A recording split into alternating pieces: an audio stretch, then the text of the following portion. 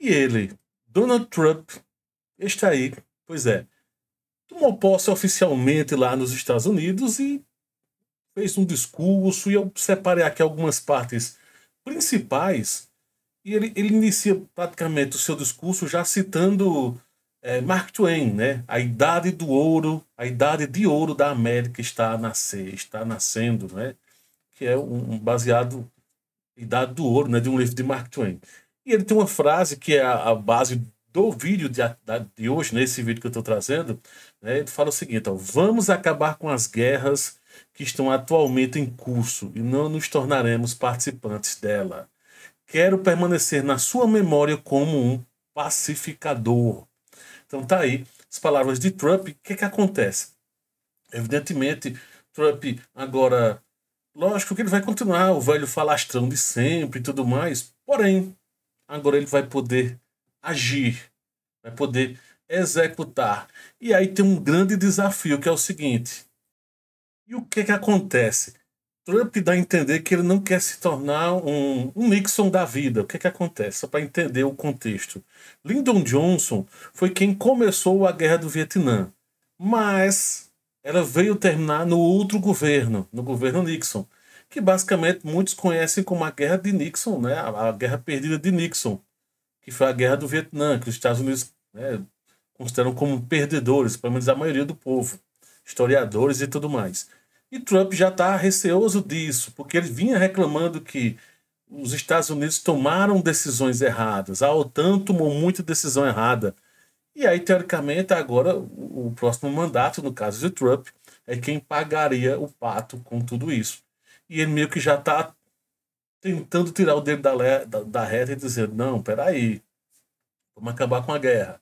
Mas aí, pegando outras partes, uma outra parte polêmica, evidentemente, é sobre o canal do Panamá, né? Já no finalzinho ele vai e mete uma: queremos tomar o canal do Panamá para nós, não podemos entregá-lo à China. Já foi taxativo. Mas é basicamente ele fala sobre a idade do ouro da América, que chegou de novo, esse é o momento. Ele diz até: o nosso país será o mais respeitado em todo o mundo, o declínio da América terminará. E aí ele fala sobre a utilização do Ministério da Justiça para fins políticos vai acabar, o país tem que ficar livre. Fala sobre todas essas questões, né, ligadas à justiça. E perceba que, lógico, ele falou para questões internas e externas, mas falou mais para as questões internas, tá? Que já era de se imaginar que ele seguiria esse padrão, tudo indica, nesse caminho, tá bom? O que mais aqui? Deixa eu ver. Ele comentou dizendo que vai assinar uma série de decretos históricos, será uma revolução do bom senso.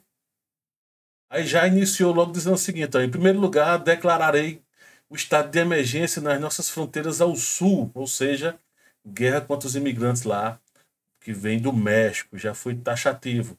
O processo de expulsão de milhões de elementos criminosos de volta para o lugar de onde vieram vai começar. Enviarei tropas para a fronteira sul para impedir esta invasão. E aí fala sobre também a questão dos cartéis de pessoal, né, que estão dentro dos Estados Unidos, também vão para cima deles. Falando sobre petróleo, baixaremos os preços, está comentando, exportaremos nossos recursos energéticos para todo mundo, mas vamos economizar na nossa indústria, voltaremos a produzir carros na América a um ritmo que ninguém poderia imaginar. Ou seja, ele está mostrando toda essa questão do nacionalismo, né, de toda essa parte que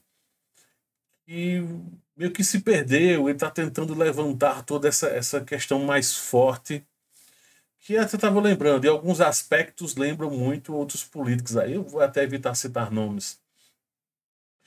E aí comenta também sobre essa questão, toca na questão dos gêneros, né? Existem, abre aspas, existem apenas dois gêneros, homens e mulheres, fecha aspas. Então foi bem taxativo sobre a cultura woke, que ele já vem já preparando uma série de questões de mudanças aí. Várias empresas vão se retirar ou vão mudar algumas estratégias. As chamadas Big Techs, as maiores, ou uma das maiores do mundo, estavam presentes na parte de cima, tá? E pelo menos eu só não vi o CEO da Apple. Disseram que ele estava presente, mas podia ser que ele estivesse embaixo. Mas em cima estava Bezos, da Amazon, estava Elon Musk, evidentemente, e também estava o pessoal do Meta, estava presente também lá. Então, mostra claramente que as Big Techs vão ter um certo papel importante em tudo isso. Que se você imaginar bem, tá? Essas Big Techs, como Meta, barra Facebook, Instagram e WhatsApp, o caso de Elon Musk com não só com a SpaceX, com a Tesla e com o X, né, que é o antigo Twitter, a própria Amazon, no caso de Bezos, a Apple, mesma coisa, idem.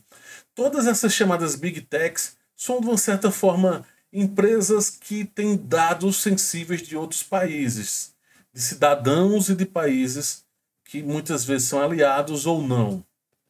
Ou você acha que toda essa confusão com o TikTok não é à toa?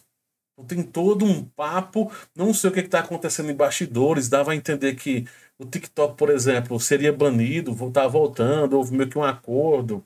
Pode ser que algum americano passe a ser o dono, alguém compre.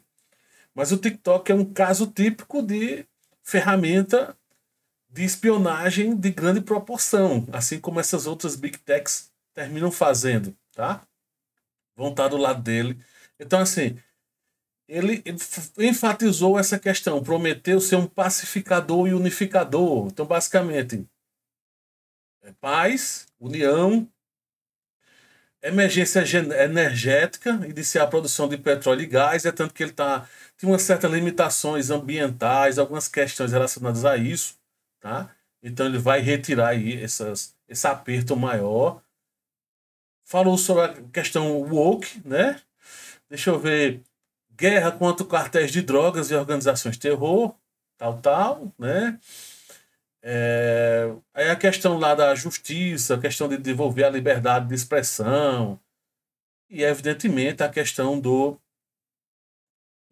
sul, né? De começar todo esse trabalho na região sul dos Estados Unidos contra os imigrantes e já mandou mudar o nome Golfo do México para Golfo Americano. Tá no discurso dele que eu separei aqui. Que vai estar incluso também essa mudança.